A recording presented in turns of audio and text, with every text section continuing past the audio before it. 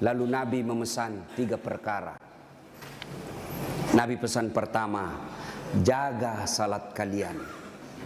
Nabi tidak bilang jaga pangkatmu, jaga rukomu, jaga hartamu. Tidak. Nabi mengingatkan, solatmu, jaga solat kalian. Bapak-bapak polisi, kalau bapak mau baik pekerjaan, jangan tinggalkan solat.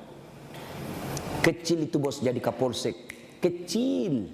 Nah datik nih puangi, jadi kok. Siapa yang sangka Pak Idam Aziz jadi Kapolri? Siapa yang sangka? Tidak pernah orang membayangkan, tidak pernah didengar-dengar namanya. Tiba-tiba jadi, kalau Allah mau. Kecil buat Allah jadikan kalian Kapolres, kecil. Kecil kalian kalau mau jadi kasat narkoba. Ini semua senang kasat narkoba. Kenapa? Tempat basah.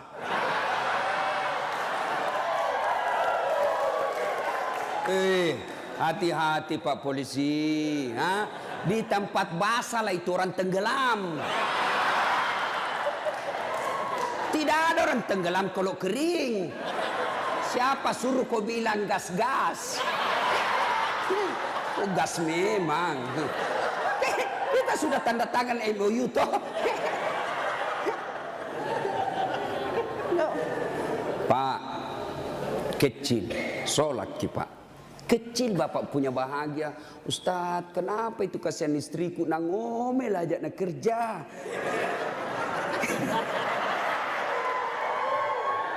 Ini juga ibu-ibu ini.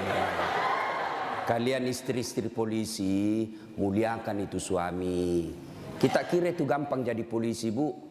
Saya saja bukan polisi, saya bayangkan itu susahnya jadi polisi. Masalahnya orang datang ke mana? Sentuh, kemana kamu? Kok nanti coba bayangkan. Kita mau baik-baik. Datang lagi sepupu tak menangis di depan tak. Nah telepon tong maki om tak. Iko tomik tu, kau Tommy diharap. Kaulah satu-satunya keluarga di polisi. Apa kek kau bantukan itu kemanakanmu? Coba bayangkan. Nggak gampang itu. Kalau Ustadz apa godaannya? Apa godaannya Ustadz? Kemana-mana pakai gamis. Nggak ada perempuan mau dekat sama kita. Nah bacakan kau Yasin jauh-jauh kok. Tapi kalau polisi Pak, godaannya banyak. Banyak betul godaannya itu polisi. Masalahnya orang datang pula istri. Pakai kok kipas Pak? Tak kalai ada apa kayak situ. Itu tuh. Kalau kita Ustadz, siapa yang mau sogoki? Paling nasogoki telur sama soko. Apa mau nasogokkan ki?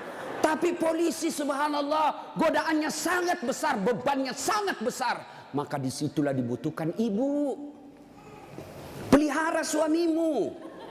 Jangan kau malah jadi tukang kompor. Apa kek, masa kita sudah 17 tahun menikah tidak pernah tongko beli kangak gelang. Itu saja baru polisi baru 3 tahun suaminya gelangnya kayak pelik sepeda. Betul dia baru 3 tahun tapi dia sudah jual sawah warisan. Jangan, Bu, sayangi itu suamimu kasihan. Jangan kau dorong dia masuk neraka. Ya. Coba kalau ibu-ibu tidak beristri polisi, ibu ndak jadi ndak jadi bayangkari. Karena ibu bayangkari, wah luar biasa mobil polisi dia pakai piarisan. Iya toh? Iya Bu. Makanya syukuri. Coba kalau ibu ndak nikah sama ibu bapak-bapak polisi, ibu bukan bayangkari, gasturi. Gadis tua Republik Indonesia. Maka bersyukur ya. Pak, jaga sholat Pak. Saya kasih contoh ya, saya kasih contoh. Kan ada komandan tak toh? Ada Kapolres. Kira-kira kalau Kapolres panggil ajudan bagaimana hebatnya? Ajudan, itu ajudan biar lagi baring-baring di kursi makan cang goreng. Ajudan, siapa? Biar itu ada cang goreng. Perintah komandan. Iya toh? Iya. Mana ada ajudan berani dipanggil? Ajudan, tunggu dulu Pak. Bilang aku diinjak lehermu. Coba. Ayo. Begitu takutnya kita sama manusia. Padahal Kapolres paling lama 2 tahun. Mutasi lagi. Tapi begitu takutnya kita sama manusia. Tidak berani kita bilang tunggu. Lalu kenapa ketika azan berkumandang Allah memanggil kita, hayya 'alal falah. Pak polisi, sini kok, saya kasih kok kemenangan. Bapak tahu enggak itu artinya?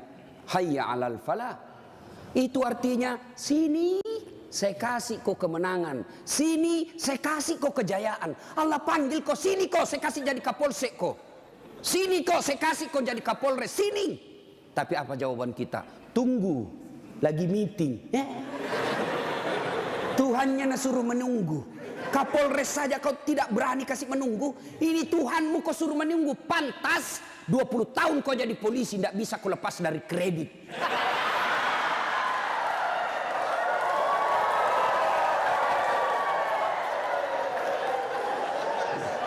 Gas memang. Makanya, bagaimana hidupmu mau baik bos jadi polisi? Kau udah bisa cari muka sama atasan. Siap komandan, siap salah komandan. Bapak kerja sama manusia, 10 suruh ki kerja. Nih kerja ini 10, 9 yang cocok, 1 salah, yang salah persoalkan. Bodoh memang kau ini. Coba, lupa itu 9 yang cocok. Padahal 9 yang betul, 1 jika dosa. Bodoh memang kau ini. Nggak ada. Itulah manusia. Kalian capek cari kelakuan baik. Jangan kau terlalu mencari muka sama pimpinanmu. Yuk kerja saja dengan baik sebagai polisi. Ada tupoksimu, ada ini, kasat ini. Jelas pekerjaannya. Kerja itu dengan baik, perbaiki sholatmu. Allah yang angkat derajatmu. Tapi kau siapa? Nah bilang ada di Jakarta, cemen lu men. Ayo, serius Pak. Baiki saja sholat. Kecil Pak. Bapak kan punya jalan jadi kapolsek. Bapak punya jalan untuk jadi kapolres. Kenapa? Bapak polisi, memang ada jalannya. Yang tidak bisa ada jalannya, saya jadi kapolres. Nggak ada itu. Nggak ada jalannya itu bos. Ayo, yang tidak ada saja jalannya Allah kasih. Saya ulang, yang tidak ada saja jalannya Allah kasih. Apalagi memang ada jalannya. Apa maksudnya? Pak, bisa ndak perempuan hamil tidak pernah disentuh laki-laki? Itu ndak ada jalannya menurut ilmu kedokteran. Ndak mungkin. Tapi kalau Allah yang mau jadi Siti Maryam, wanita suci, tidak pernah disentuh laki-laki, hamil melahirkan Isa alaihissalam. Tuh Siti Maryam. Cuma sekarang banyak tahu perempuan mau ingin Siti Maryam. Hamil tidak ada suaminya. Usut punya usut, ternyata selingkuh sama polisi.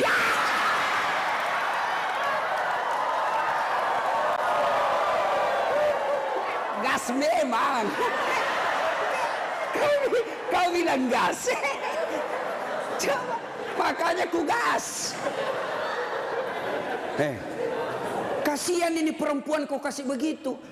Dia mau melapor ke polsek. Temanmu itu datang pati melapor. Datang melapor malah dikasih takut-takut. Kau dapat pasal pencemaran nama baik ini paling. Ayo. Pak, Bapak mau baik, perbaiki saja sholat. Saya kasih lagi contoh. Saya akrab sama Kapolres. Saya datang di Sidrap. Pak Kapolres, adakah di Sidrap ini cari-cari telur? Mau pengantin? Siap Ustadz, gampang. Kapolres telepon ajudan. Ajudan, itu Ustadz Dasat ada di hotel. Kau jemput, pakai Alparnya Aji. Karena ada Alparnya tahu Pak Kapolres. Tapi punya teman. Nah, bawakan telur. Selesai masalahku soal telur. Kenapa? Saya akrab sama komandan. Sebaliknya ada orang dari Makassar, tidak pernah ketemu Kapolres, tidak pernah kenalan, tidak pernah didengar namanya. Assalamualaikum Kapolres. Saya ada di Sidrap ini, saya cari-cari telur, pinjam dulu mobil tak Pak. Siapa nak telepon Kapolres? Kapolsek, tangkap itu. Hah? Tangkap dia. Tidak pernah kenal, penipu pasti itu, penipu, tangkap. Begitu juga Bapak, tidak pernah sholat, sholatnya hanya hari Jumat, itu pun paling terlambat datang, paling cepat pulang. Orang khutbah dia tidur, pas bangun kamat dia bilang, aliran apa ini masih tidak ada khutbahnya. Bukan aliran apa, kau tidur dong. Ayo, tiba-tiba dimutasi, tidak ada tempatnya yang bagus-bagus, stres. Jadi berdoa, ya Allah, capek mak ini jadi polisi Tuhan. Kenapa hidupku tambah susah Tuhan? Nah bilang Tuhan, malaikat, karena dia sudah capek jadi ke polisi, sekali cabut nyawanya. Makanya Pak, yuk perbaiki sholat Pak. Apa alasanmu tidak mau sholat? Bilang kok apa? Bilangnya apa alasanmu? Si geaki. Apa? Hah? Tidak ada kecuali malas. Dalam Islam ada boleh beberapa orang boleh tidak dosa ketika dia sholat. Satu, belum balik. Kalau ada bapak-bapak polisi di sini merasa belum pernah mimpi basah, belum pakai balik itu. Atau ibu-ibu poluan tidak pernah haid, kau masih balita itu. Yang kedua, siapa boleh tidak sholat? Hilang ingatan alias gila. Kenapa tidak sholat? Saya gila Pak. Yang penting Bapak yakin gila, boleh tidak sholat. Tapi tidak mungkin Bapak jadi polisi kalau Bapak gila. Yang ketiga, boleh tidak sholat dalam tekanan. Zaman Belanda diancam kepala tak. Jangan kau sholat. Kalau kau sholat saya kasih pecah kepalamu. Boleh tidak sholat orang begitu. Lain itu apa Pak? Bapak nganangani unjuk rasa. Boleh Bapak sip-sipan sholat. Tidak bisa tinggalkan tempat. Sholat khauf namanya. Sholat dalam keadaan perang. Bagaimana caranya? Bapak berenam, polisi bertugas. Maka bagi tiga lapis, tiga rakaat, tiga saf. Saf pertama 2 orang. Saf kedua 3 orang atau 4 orang. Maka saf pertama diselesaikan dulu sholatnya. 1 rakaat. Yang di belakang jaga senjata. Begini dia. Selesai ini yang saf pertama 1 rakaat. Maka saf kedua lagi yang selesaikan sholatnya. Saf pertama lagi yang siaga-siaga senjata. Boleh Pak. Tidak bisa ditinggalkan tempat Ustaz. Kita tayamum darurat. Boleh Bapak. Kalau pergi ambil air 1 kilo. Bahaya ini keadaan. Bapak tayamum di situ. Tidak usah buka sepatu. Boleh. Bagaimana caranya? Letakkan telapak tangan di pasir. Sudah itu tepuk. Karena kalau kau tidak tepuk ada pasir, kau gosok matamu. Tidak jadi kesembahyang.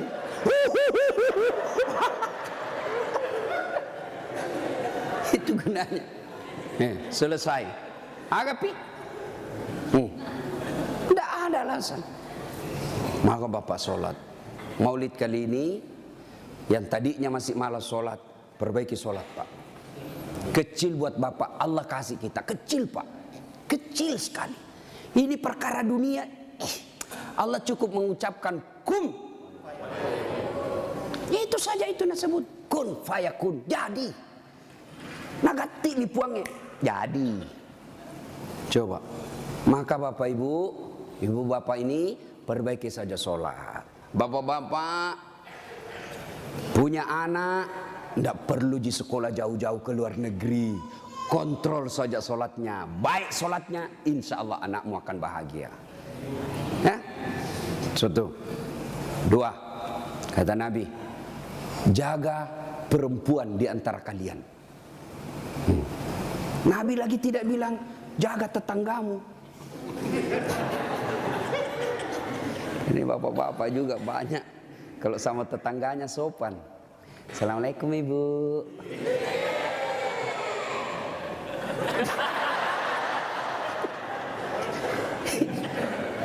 Ibu, kita ini sebenarnya laki-laki tergantung istri. Kalau istri kita baik, sopan bicara, tidak mungkinlah kita macam-macam. Datang mama tak kuhormati, datang saudara tak kumuliakan, pasti kita berpikir, baik sekali istriku ini. Belum tentu saya dapat perempuan lebih baik dari ini. Ya sudahlah, saya sabar saja menghadapi ini. Tapi kau suka kau ngomel, malas, datang mertuamu tidak pernah enak mukamu. Baru 1 jam duduk kau bilang kapan pulang mak. Datang mertua laki-lakimu langsung kau bilang kasih mbokmu. Datang lagi bapakmu bawa beras 50 kilo, bulan nanti 1 juta. Ada begitu istri tak pak?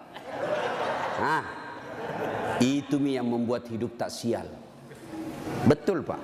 Kalau ada istri bapak yang tidak tahu menghormati orang tua tak, itu yang membuat hidupmu sial. Maka nasihati itu istri baik-baik. Ini juga ibu-ibu, hargai itu suami. Ya, untung ibu punya suami, punya anaknya orang. Coba terima beres. Hei, serius kah ini? Datang itu mertua kita hormati, muliakan. Coba, ada kadang-kala ibu-ibu curhat sama saya, Ustaz, kenapa itu suamiku lebih sayang kan, kasihan satu rumah kak sama mertuaku, mertua perempuanku. Kenapa ini kasihan suamiku, sayangnya sama mamanya saya tidak. Saya bilang, sadar kok ibu, mamanya orang itu, bukan selingkuhannya, bukan istri kedua. Kalau istri kedua boleh kau bilang begitu, bersaing kok. Tapi ini mamanya, dari rahimnya itu, keluar dari perutnya, dia yang didik dia yang kasih jadi polisi, dia yang biaya, kau terima beres. Sadar, mestinya kalau begitu suamimu kau bersyukur. Ya Allah, baik betul ini suamiku. Mudah-mudahan nanti anakku seperti suamiku, tetap sayang sama saya meskipun saya sudah tua. Dengar itu.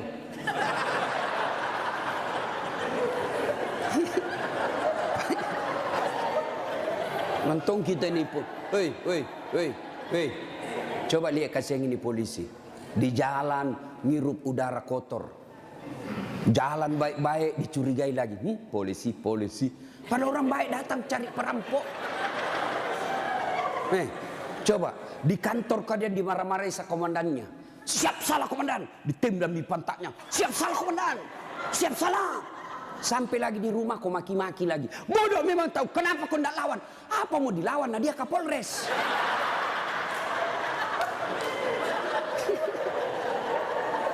Iya toh. Ini kasih muka-muka susah semua ini kasih ini polisi. Coba lihat. Enak tong itu kalau pulang suamimu kau sayang-sayangi, kau masakan kesenangannya. Tidak bisa tiap bulan, sekali seminggu lah. Ya, paling tidak ketika kau terima gajinya, kau telepon itu suamimu, Pak, jangkit makan di luar. Hari ini saya masak kesenangan tak untuk kita Pak. Tanam maki spesial hari ini. Salam sayang selalu dari istrimu di rumah.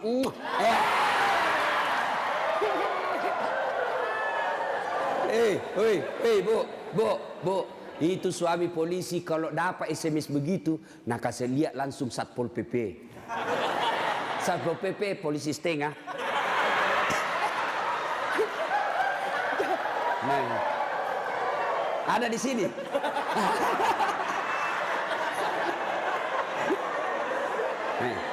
Apa nak bilang? Nak bilang itu polisi. Lihat kau ini istriku bos. Betul dia lebih tua dari saya. Betul dia tidak cantik. Dia orang kampung. Tapi kau lihat bos. Istriku ini. Pernah SMS begitu? Paling kita SMS, Pak, jangan lupa singgah beli gas.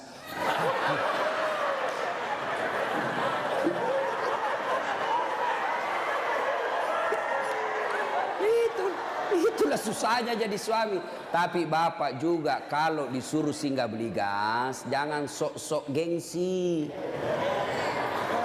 Jangan gengsi. Kan biasa kita laki-laki, saya polisi, saya ajun komisaris, saya ini pangkat tinggi, masa beli gas? Kenapa nih? Ayo, Pak, kecil itu. Coba, untung bukan kita yang hamil. Mau kita tukar? Kita yang hamil, istri tak beli kompor gas. Mau kita tukar kira-kira itu. Repotnya itu perempuan hamil, jalan saja setengah mati, 9 bulan itu kasihan. Melok ini masuk. Coba itu perempuan kalau hamil, duduk aja setengah mati, harus pakai standar samping. Lama itu, mapanguju tuh kasih kalau melok tudang. Coba kalau bapak, langsung saja begini, selesai. Maka ketika yang begitu, bapak ikhlas saja, itulah pengabdian kita kepada istri. Ya, tenang. Itu Nabi Pak 11 istrinya. Tapi tidak pernah ada istrinya mengatakan menyesal saya nikah sama kaum Muhammad. Bapak satu menderita lahir batin.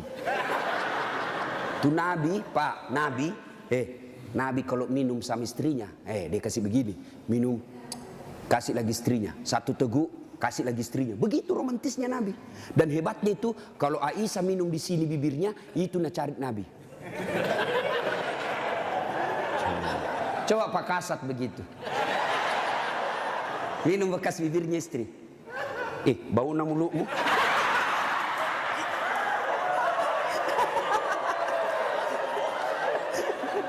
Salatullah, salamullah.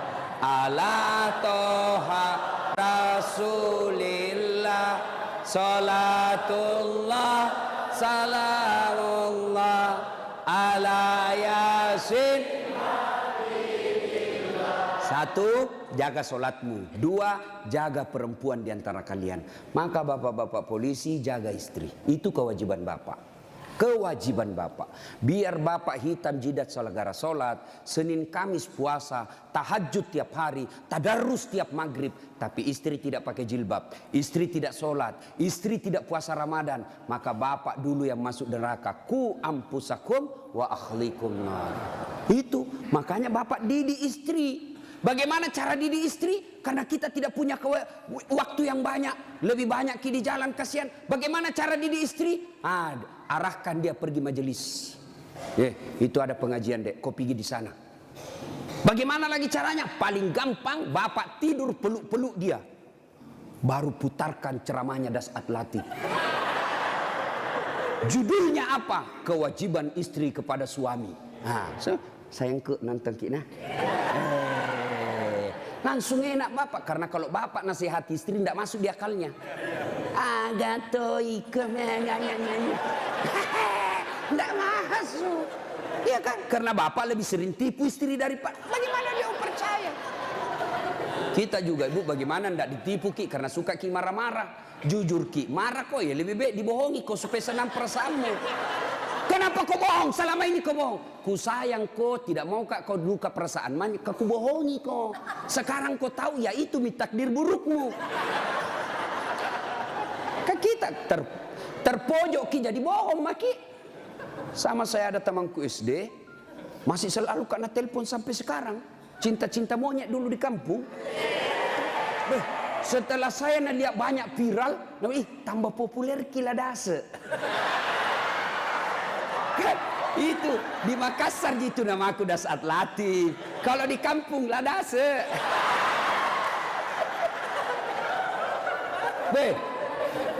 Dia selalu lah telepon saya. Nggak enak kan? Nah tahu istriku, bawi perasaannya istri saya hormati sekali istri saya. Saya terima. Nggak enak. Saya blokir. Nah bilang kak nanti sombong. Terpaksa aku tulis di situ HP-ku namanya penjual batu bata. Jangan kau shooting ibu, nanti sampai sama istriku. Bunyi itu telepon. Nah lihat istriku, Ustaz, ada panggilan tak? Dari siapa sayang? Penjual batu bata. Wah.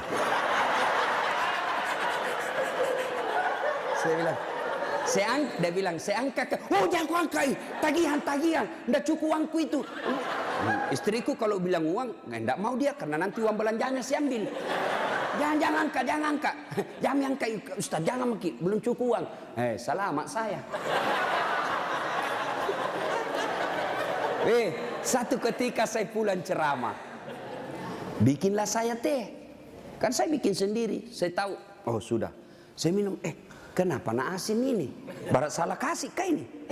Saya pergi lihat toples, tulisannya gula. Isinya, garam. Saya tanya istriku, sayang, kenapa ini tulis ki gula naik sina garam? Nah bilang, hepon tak juga, lain kita tulis lagi sina.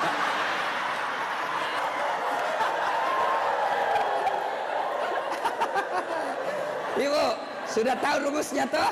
Nah, Pak, jaga istri kalian, jaga. Gimana caranya? Ajari terus, nasihati terus, nasihati terus. Tapi bapak tidak mungkin bisa didengar istri kalau bapak saja kelakuannya tidak baik. Tidak mungkin. Maka untuk menjadi baik kepada istri, bapak dulu yang harus bagus. Bapak dulu yang kasih contoh sholat 5 waktu. Kalau perlu bangun subuh-subuh sama-sama. Sayangku, yuk peluk dengan baik, cium pipi. Nah bilang apa aja, dia mau dicium stas nangoro ih.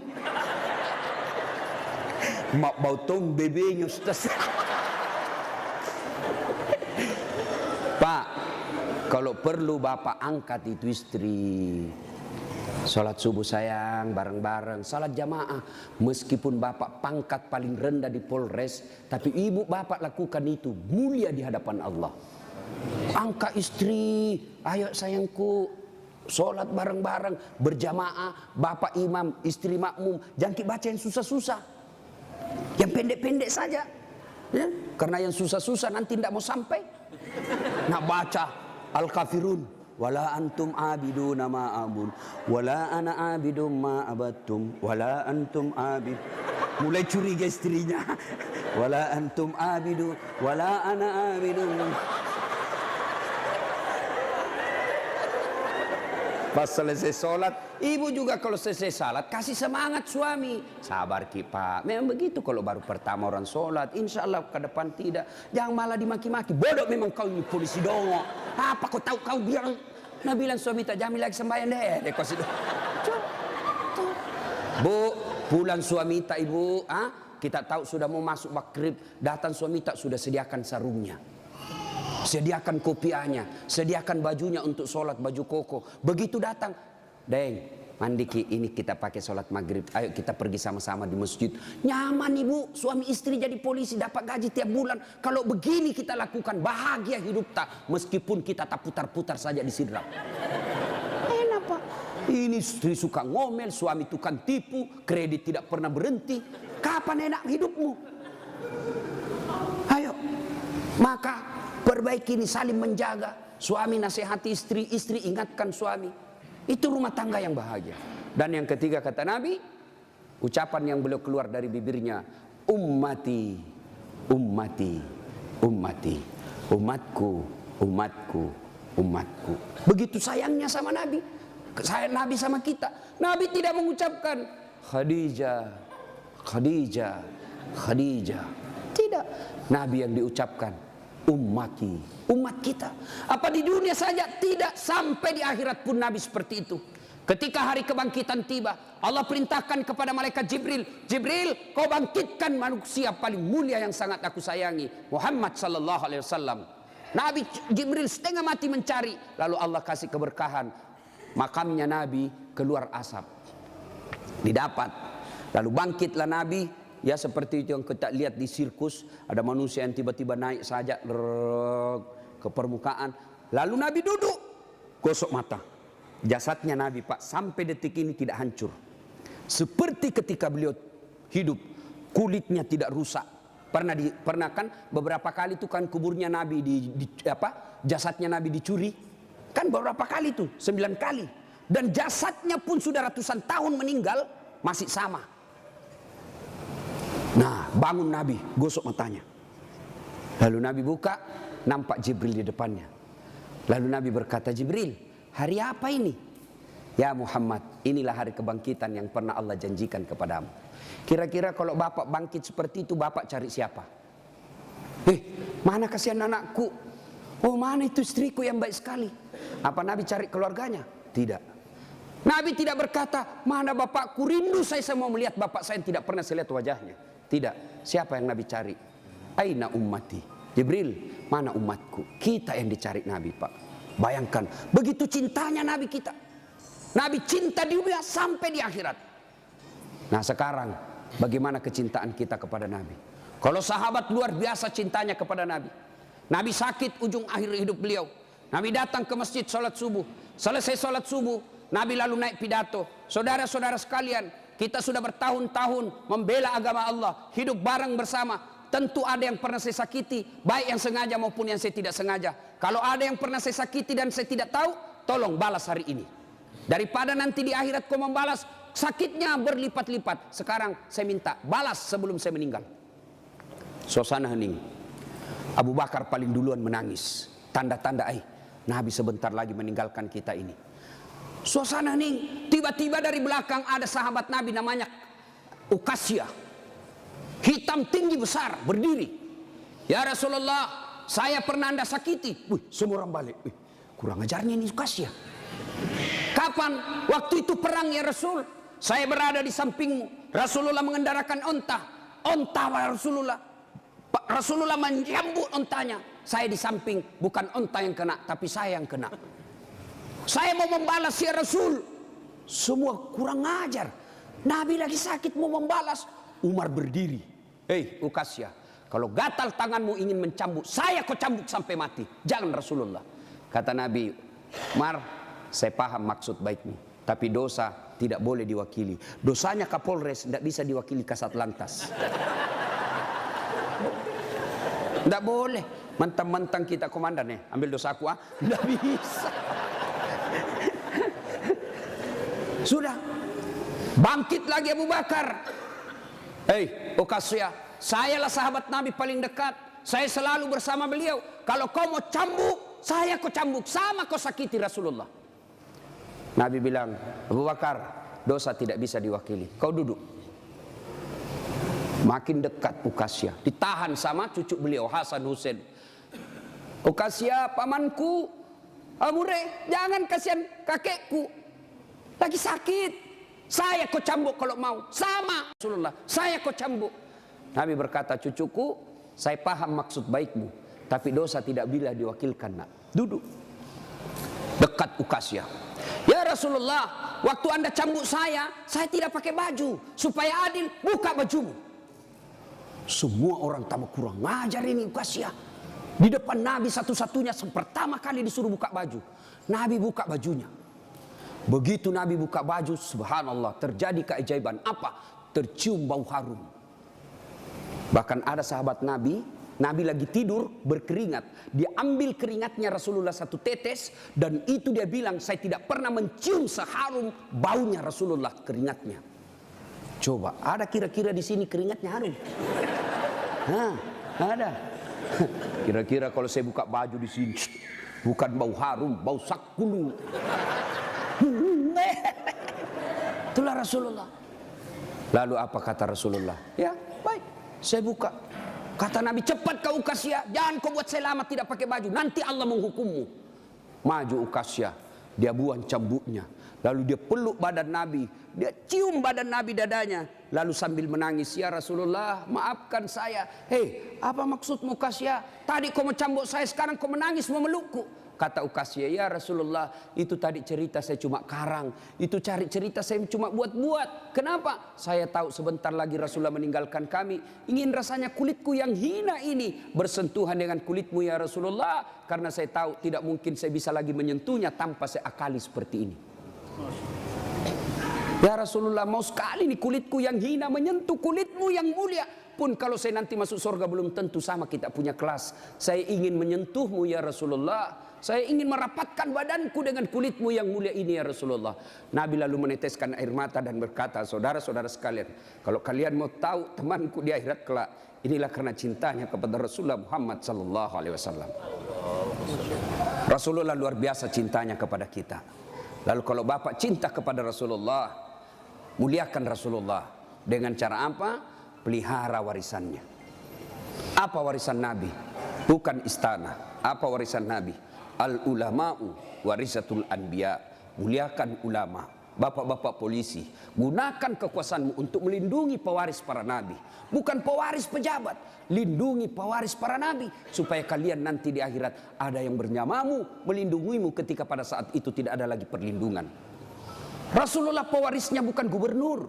Rasulullah pewarisnya bukan presiden. Rasulullah pewarisnya bukan Kapolri, tapi pewarisnya Nabi adalah ulama. Muliakan ulama karena sama saja kalian memuliakan Rasulullah. Tidak usah kau muliakan Dasat Latif, tidak usah kau muliakan kiainya, tapi muliakan ilmu yang beria. Kalian tahu halal haram bukan dari Kapolres. Kalian tahu halal haram, rukun-rukun iman, rukun-rukun haji bukan dari Kapolri, bukan dari sekda, bukan dari bupati, tapi kalian mengetahuinya dari ilmu-ilmu para ulama. Ini saja tausiah kita, mudah-mudahan ada manfaat. Saya ingin berlama-lama, tapi saya harus ada di Makassar pukul 11 karena saya harus perjalanan lanjut ke Kolaka. Terima kasih Pak Kapolres. Saya doakan Bapak beserta istri sehat walafiat, diberikan kemampuan dan kesanggupan untuk menjaga wilayah hukum Sidrap dan sekitarnya. Bapak-bapak polisi, saya berdoa semoga Bapak sekalian selalu dititipkan iman dalam hati, sehingga Bapak betul-betul menjadi pengayom, pelindung, dan pelayan masyarakat. Insya Allah, luar biasa pekerjaan Bapak. Kalau Bapak melaksanakannya dengan baik, Bapak ini bertugas sebagai Umar bin Khattab, menegakkan hukum. Luar biasa. Kalau saya paling hanya bisa menganjurkan di mimbar, tapi kalau Bapak polisi mampu mengamalkan langsung. Saya jangan minum khamar, jangan narkoba. Nah dengar anak muda, tapi kalau Bapak bilang jangan narkoba langsung ditangkap masuk penjara. Bapak lebih hebat dalam dakwah daripada ustadz. Kalau ustadz di mimbar teriak-teriak, jangan minum khamar. Kita lihat peminum khamar, paling dibilang, dede mabuk sirona muda. Tapi kalau Bapak polisi dapat langsung bisa disegit, borgol, bawa ke penjara. Nah ibu bapak saudara-saudara sekalian, mudah-mudahan ada manfaat. Lebih dan kurangnya mohon dimaafkan. Sebelum kita akhiri, mari kita berdoa.